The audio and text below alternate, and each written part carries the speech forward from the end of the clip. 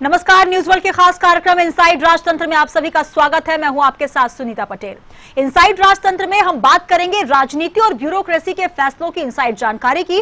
खुलासा करेंगे कि आखिर इन फैसलों के अंदर की वजह क्या है। हमारे साथ रहेंगे न्यूज वर्ल्ड के पॉलिटिकल एडिटर उमेश निगम जी। तो शुरू करते हैं खबरों की इनसाइड स्टोरी का सिलसिला।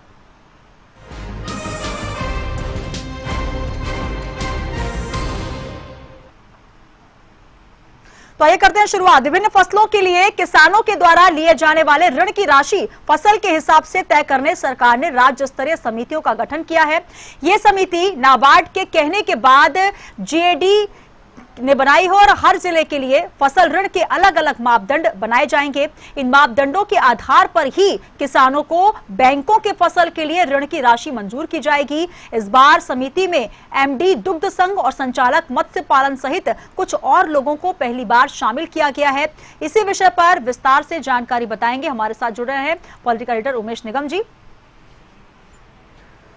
तो उमेश जी, जिस प्रकार से हम बात कर रहे हैं कि अब नाबार्ड द्वारा संचालित किया जाएगा और साथ ही बीज की कीमत, प्रति एकड़ उत्पादन, सबको लेकर जो है एक नई गाइडलाइन बनाई जाएगी, विस्तार से आप समझना चाहेंगे।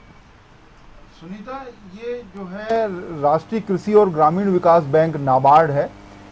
ये जो है किसानों को फसल के हिसाब से जो है ऋण मुहैया कराते हैं। अलग अलग फसल के लिए अलग अलग होता है और इसके लिए अलग अलग जिलों के फसल के लिए अलग अलग सारे पैमाने तय किए जाते हैं। तो इसके लिए एक नाबार्ड ने जो है निर्देश दिए थे कि एक कमेटी बनाई। ये हर बार बनती है कमेटी। तो इस बार जो है इस कमेटी में कई नई चीज़ों को शामिल किया गया है।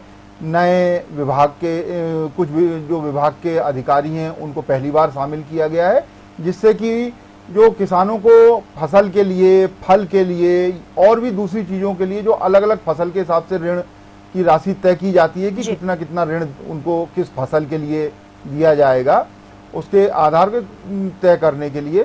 तो उस सब के लिए ये एक कमेटी बनाई गई है। ये कमेटी पूरी अध्ययन करेगी सब चीज़ों का। इसके लिए जो अध्ययन होता है पूरा, वो फसल का प्रति एकड़ के हिसाब से बीज की राशि, उसके बाद उसमें खाद, बाजार मूल्य, समर्थन मूल्य, ये सारी चीजों का गणना करने के बाद वो फसल की एक कीमत निर्धारित करते हैं कि उसके आधार पे इनको कितना ऋण मिल सकता है। तो हर फसल का, चाहे वो रबी की फसल हो, खरीफ की फसल हो और गेहूं की, चने की, ये सारी अलग अलग फसलों के लिए अलग अलग ऋण की राशि रहती है। तो इसमें पहली बार जो है दुग्ध संघ के और मत्स्य संघ को भी शामिल किया गया है कि उनको कितना कितना लोन और क्या मिलेगा। उसमें जो मत्स्य पालन के लिए तालाब बनाने के लिए है और इसके अलावा जो दुग्ध संघ में डेयरी के लिए, तो उसमें के लिए भी सब चीज़ें निर्धारित करने के लिए ये बनाया गया है। तो इसमें अपर मुख्य सचिव जो कृषि हैं उनकी अध्यक्षता में एक कमेटी का गठन किया गया है और इसमें 24 करीब लोग हैं जिनको अलग अलग विभाग के अधिकारी और कृषि से जुड़े हुए लोग, कृषि जो विश्वविद्यालय हैं उनके जो प्रोफेसर्स हैं उनको भी शामिल किया गया है इसमें। ये पूरी तरह से इन सारी चीज़ों का अध्ययन करेंगे और अध्ययन करने के बाद इसमें जो है पूरे कितनी राशि का ऋण ले सकते हैं, किस चीज़ के लिए, किस फसल के लिए, तो उसका सारा निर्धारण किया जाएगा। और ये अलग अलग जिले के लिए अलग अलग मापदंड तय किए जाते हैं। जो प्रदेश के सभी 52 जिले हैं, तो 52 जिलों के लिए अलग अलग फसलों के हिसाब से अलग अलग पूरे मापदंड निर्धारित किए जाएंगे और इसके लिए समय सीमा दी गई है कि ये कितने दिनों में काम करेगी कमेटी और करके ये पूरा नाबार्ड को भेजेगी। और कमेटी में कुछ जो कोऑपरेटिव बैंक्स हैं, इन सब के जो पदाधिकारी हैं और उनको भी शामिल किया गया है। तो इसमें जो है वो सिंचित भूमि और असिंचित भूमि की फसल दोनों के लिए अलग अलग ऋण का रहेगा। उसके अलावा जो है रबी की फसल हो गई, फल फूल सब्जी, इन सब के, और औषधि की फसल, इन सब की जो है फसल के हिसाब से गणना होगी कि उसमें कितनी लागत आई है और कितना कितना किस उसमें खर्च हुआ है। उसके आधार पे इनको कितना ऋण उस पर्टिकुलर फसल के लिए मिलना चाहिए। तो ये सारी गणना होगी। इसके अलावा विद्युत के पंप हैं, जनरेटर है, फेंसिंग है, थ्रेसर है, ट्यूबवेल है और स्प्रिंकलर है, व्यावसायिक डेयरी है, इन सब चीजों को भी इसमें शामिल किया गया है। इसके लिए भी ऋण दिया जाएगा। तो इसके लिए कितना ऋण मिलेगा, क्या मिलेगा, ये सब नाबार्ड ने सारे जो है क्राइटेरिया तय करके और भेजा है। उसके आधार पे इसका सारा अध्ययन किया जाएगा और फिर उसके हिसाब से राशि की गणना की जाएगी कि किसानों को कितनी राशि का लोन मुहैया कराया। बिल्कुल, तो कहीं ना कहीं जेडी के द्वारा बनाई गई जो समिति है वो आकलन करेगी, जिलेवार समीक्षा करेगी और नाबार्ड के कहने पर यह समिति बनाई गई है। जिस प्रकार से निगम जी बता रहे हैं कि हर जिले के आधार पर आकलन किया जाएगा, कौन सी फसलें किस जिले में किस प्रकार से होती हैं पैदावार के हिसाब से, और जिस प्रकार से दुग्ध और मत्स्य संघ को भी इसमें शामिल कर लिया गया है। तो कहीं ना कहीं किसानों के लिए एक समिति बना दी गई है, तो उनको भटकने की आवश्यकता नहीं, वो आकलन करके उसको समीक्षा करेंगे और आगे उसको फॉरवर्ड करेंगे। सुनीता, इसमें गोबर गैस, कंपोस्ट और जो बलराम तालाब है, इन सब के लिए भी अब ऋण मुहैया कराया जाएगा। तो बहुत सारी नई चीजों को भी शामिल किया गया है इस बार, कि जिससे किसानों को किसी तरह की लोन लेने में दिक्कत ना आए और उनको जरूरत के हिसाब से वो लोन मिल जाए और वो अपना जो भी काम करना चाहते हैं वो सुचारू रूप से कर सकें, किसी तरह से कोई उनको दिक्कत ना आए। तो ये सरकार ने निर्णय लिया है कि कौन कौन सी चीजों में, तो बहुत सारे ऐसे नए मद बढ़ाए हैं जिससे किसानों को उनके लिए भी लोन मिल जाए। पहले उनके लिए लोन नहीं मिला करता था। बिल्कुल, तो कहीं ना कहीं समिति के द्वारा अब जो मापदंड बनाए जाएंगे, जो आकलन किया जाएगा, उसको लेकर जो तमाम कृषक हैं, जो तमाम हमारे अन्नदाता हैं, उनको भी इसमें सहूलियत हो जाएगी, क्योंकि फल, फूल, सब्जी, औषधि, तमाम तरीके की जो फसलें हैं, क्योंकि नए मापदंड बनाए जाएंगे तो नए तरीके से जो है इसको लेकर समीक्षा होगी और समीक्षा जब होगी तो आकलन के बाद आसानी होगी ऋण लेने में तमाम जो कृषक हैं। तो ये बहुत अच्छी खबर आपने यहाँ पर निगम जी बताई, बहुत अच्छी जानकारी। चलिए बढ़ेंगे अगली खबर की ओर और बात करेंगे एक और प्रशासनिक खबर की। शहरी क्षेत्र के भूमिहीनों को राज्य सरकार अगले 3 महीने तक के बांटेगी। जमीन के पट्टे नहीं होने के चलते शहरी गरीबों को प्रधानमंत्री आवास योजना का लाभ नहीं मिल पा रहा था। राज्य सरकार भी नगरीय निकाय चुनावों के पहले सभी गरीबों को किसी भी तरह से नाराज नहीं करना चाहती और यही वजह है कि नियमों में संशोधन कर पट्टे देने की कार्रवाई शुरू कर दी गई है। इसी विषय पर विस्तार से जानकारी हम आपको बताएंगे। हमारे साथ जुड़े हुए हैं पॉलिटिकल एडिटर उमेश निगम जी। निगम जी, जिस प्रकार से बात कर रहे हैं कि अब नगरीय निकाय चुनाव की आहट जो है वो साफ तौर पर नजर आने लगी है। आनन फानन में शहरी गरीब जो है उनको पट्टे बांटने की प्रक्रिया भी शुरू हो चुकी है। कुल मिलाकर कहा जा सकता है कि चुनावों के पहले तमाम जो दांव पेच है वो भी नजर आ रहे हैं, लेकिन कहीं ना कहीं गरीबों के हित में सरकार काम करती नजर आ रही है। सुनीता, प्रधानमंत्री आवास योजना के तहत जो गरीब हैं उन लोगों को आवास मुहैया कराने का लक्ष्य रखा गया है कि वो एक योजना है उनके लिए कि इस योजना में गरीब जो शहरी गरीब हैं उनको आवास मुहैया कराया जाएगा। तो उसमें एक बहुत बड़ी दिक्कत ये आ रही थी कि जो शासकीय भूमि पर गरीबों ने अपने झुग्गियां बनाई थी या रह रहे थे वो, तो उनके पास पट्टे नहीं थे जी। और जो सरकारी दस्तावेज है उन सरकारी दस्तावेजों में जो नोयत होती है जिसमें मालिकाना हक लिखा जाता है, तो वो नोयत में शासकीय लिखा हुआ था। तो इस वजह से उनको वो पट्टे नहीं मिल पा रहे थे। अब वो पट्टे देने की कार्रवाई के लिए राज्य सरकार ने जो है निर्देश जारी किए हैं कि जो नोयत है उसको बदला जाए और उसमें उनको पट्टे जारी किए जाएं, जिससे कि उनको प्रधानमंत्री आवास योजना में उनको आवास मिल सके। आवास बन के तैयार है और केवल आवंटन नहीं हो पा रहा था, इसके कारण तो इसमें हजारों की संख्या में जो है हितग्राही अटके हुए थे। तो राज्य सरकार ने इसमें निर्णय लिया कि अब नोयत बदली जाए। तो इसमें अब प्रदेश जो नगरीय प्रशासन विभाग ने के प्रमुख सचिव ने आदेश जारी किया है कि अगले 3 महीने तक लगातार इसके लिए मुहिम चलाई जाए और जो पट्टे से वंचित रह गए थे गरीब उनको पट्टे दिए जाएं जो इस योजना में आते हैं। तो करीब जो है इसमें 20,000 से ऊपर शहरी गरीब हैं जिनको पट्टे दिए जाने हैं। इनके लिए बाकायदा जो है विभाग के अफसर कैंप लगाएंगे और कैंप लगा के शहरी गरीबों को पट्टे दिए जाएंगे। इसके बाद इनको जो है प्रधानमंत्री आवास योजना के तहत वो आवास में वो शिफ्ट हो जाएंगे, क्योंकि पट्टे यदि मिल जाएंगे तो उसके बाद उनकी आगे की राह बहुत आसान हो जाएगी। तो अब ये अच्छा, इसके लिए राज्य सरकार ने एक और निर्देश जारी किया है। चूंकि अभी प्रभारी मंत्री कहीं किसी जिले में नहीं है, तो इसके लिए भी दिक्कत आएगी, क्योंकि जब नौयत बदली जाएगी तो उसमें प्रभारी मंत्री की अनुमोदन की जरूरत होती है। तो अब उसमें कलेक्टर को ही ये अधिकार दे दिए गए हैं कि वो प्रभारी मंत्री की जगह वो स्वयं अनुमोदन करेंगे और ये कार्रवाई आगे बढ़ेगी, जिससे कि पट्टे देने की कार्रवाई में किसी तरह का कोई विलंब ना हो और शहरी गरीबों को पट्टे दिए जा सकें। और ये चूंकि नगरीय निकाय चुनाव भी नजदीक आ रहे हैं, तो राज्य सरकार भी चाहती है कि जल्दी से जल्दी शहरी गरीबों को पट्टे मिल जाएं, जिससे इसका लाभ आने वाले नगरीय निकाय के चुनाव में उनको भी, पार्टी को भी मिल सके। बिल्कुल, तो शहरी भूमिहीनों को अब छत मिलेगी, क्योंकि लगातार सरकार ये दावे और वादे भी करती आई है कि हर स्तर पर छत होना चाहिए और उसके लिए शासकीय भूमि पर नोयत की समस्या के जो चलते मामला अटका हुआ था, पट्टे का आवंटन का मामला अटका हुआ था, उसको लेकर अब सरकार ने संशोधन किया है। प्रभारी मंत्री की व्यवस्था नहीं होने के चलते कलेक्टर ही पट्टे की कार्रवाई के लिए अनुमोदन कर सकेंगे। तो कहीं ना कहीं ये बहुत अच्छी जानकारी है और इसको लेकर नगरीय प्रशासन विभाग सतर्कता बरत रहा है। जल्द से जल्द इसको आगे पूरा करने की कार्रवाई की जाएगी और अब हर छत जो है गरीब इंसान को मिलेगी और इसको लेकर पट्टे की कार्रवाई की जाएगी। फिलहाल यहाँ पर एक छोटे से ब्रेक के लिए हम रुक रहे हैं, आप बने रहिए हमारे साथ।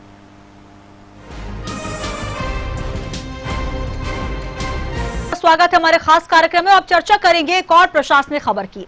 भारतीय प्रशासनिक सेवा के मध्य प्रदेश कैडर के रिव्यू का मंत्रालय में प्रस्ताव बनाने की कवायद शुरू हो गई है। भारतीय प्रशासनिक सेवा संवर्ग के अधिकारियों का हर 5 साल में कैडर रिव्यू होता है। सरकार द्वारा भेजे गए कैडर रिव्यू के प्रस्ताव को केंद्र सरकार का कार्मिक विभाग समीक्षा कर नए सिरे से सेटअप तय करता है। हाल ही में वन विभाग ने आईएफएस संवर्ग के अफसरों के कैडर रिव्यू का प्रस्ताव केंद्र सरकार के कार्मिक मंत्रालय को भेजा था और इसी विषय पर आइए जानकारी लेते हैं। हमारे साथ जुड़े हुए उमेश निगम जी। उमेश निगम जी, इस पूरे मामले में क्या कुछ जानकारी हमारे तमाम दर्शकों को देंगे?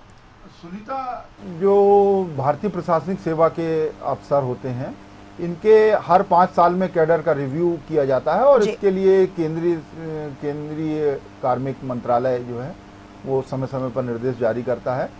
तो इसके पहले 2016 में आईएएस अफसरों का कैडर रिव्यू किया गया था और उसके बाद अब इस 2021 में कैडर रिव्यू का जो है प्रस्ताव तैयार किया जा रहा है। तो इसके लिए जो मध्य प्रदेश सरकार के कार्मिक मंत्रालय की प्रमुख सचिव हैं दीप्ति गौड़ मुखर्जी जी, उन्होंने प्रदेश सरकार के जितने भी महकमे हैं सभी विभागों में पत्र भेजा है, जो भी विभाग के प्रमुख हैं उनको, और विभाग की जरूरत के हिसाब से भारतीय प्रशासनिक सेवा के जो अधिकारियों के पद हैं उसके हिसाब से जो भी जितनी जरूरत है, मौजूदा स्थिति और भविष्य में कितने पद नए सृजित किए जाएं, ये सारी जानकारी बुलाने के लिए कहा है। और इसके लिए जो विभागों के प्रमुख हैं उनको 6 अप्रैल तक की समय सीमा दी गई है कि 6 अप्रैल तक अनिवार्य रूप से ये प्रस्ताव जो है कार्मिक मंत्रालय को भेज दिया जाए।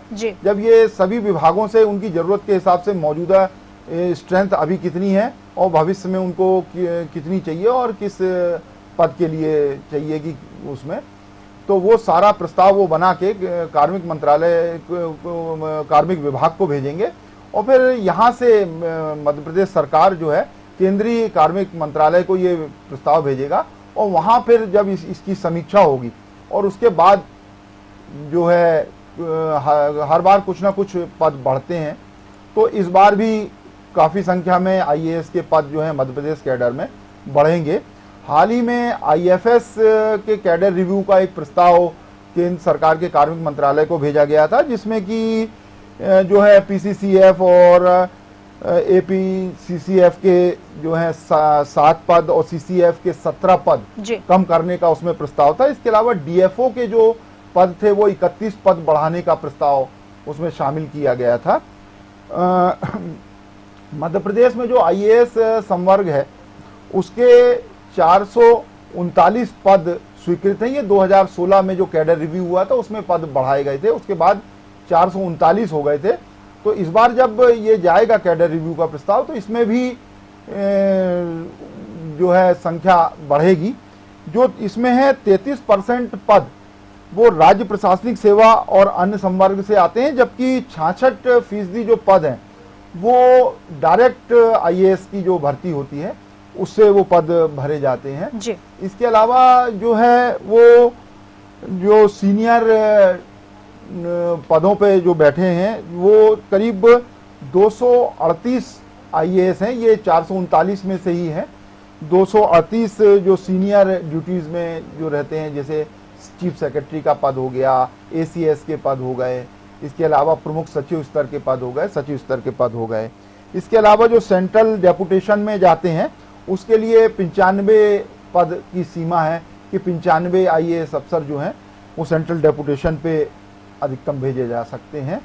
और इसके अलावा जो है वो कितने ट्रेनिंग पे जाएंगे, कितने क्या जाएंगे, ये सारा कुछ तय उसमें रहता है कि और इसमें जो है प्रिंसिपल सेक्रेटरी स्तर के जो पद हैं वो 25 हैं और डिविजनल कमिश्नर के 10 हैं और सेक्रेटरी 15 हैं।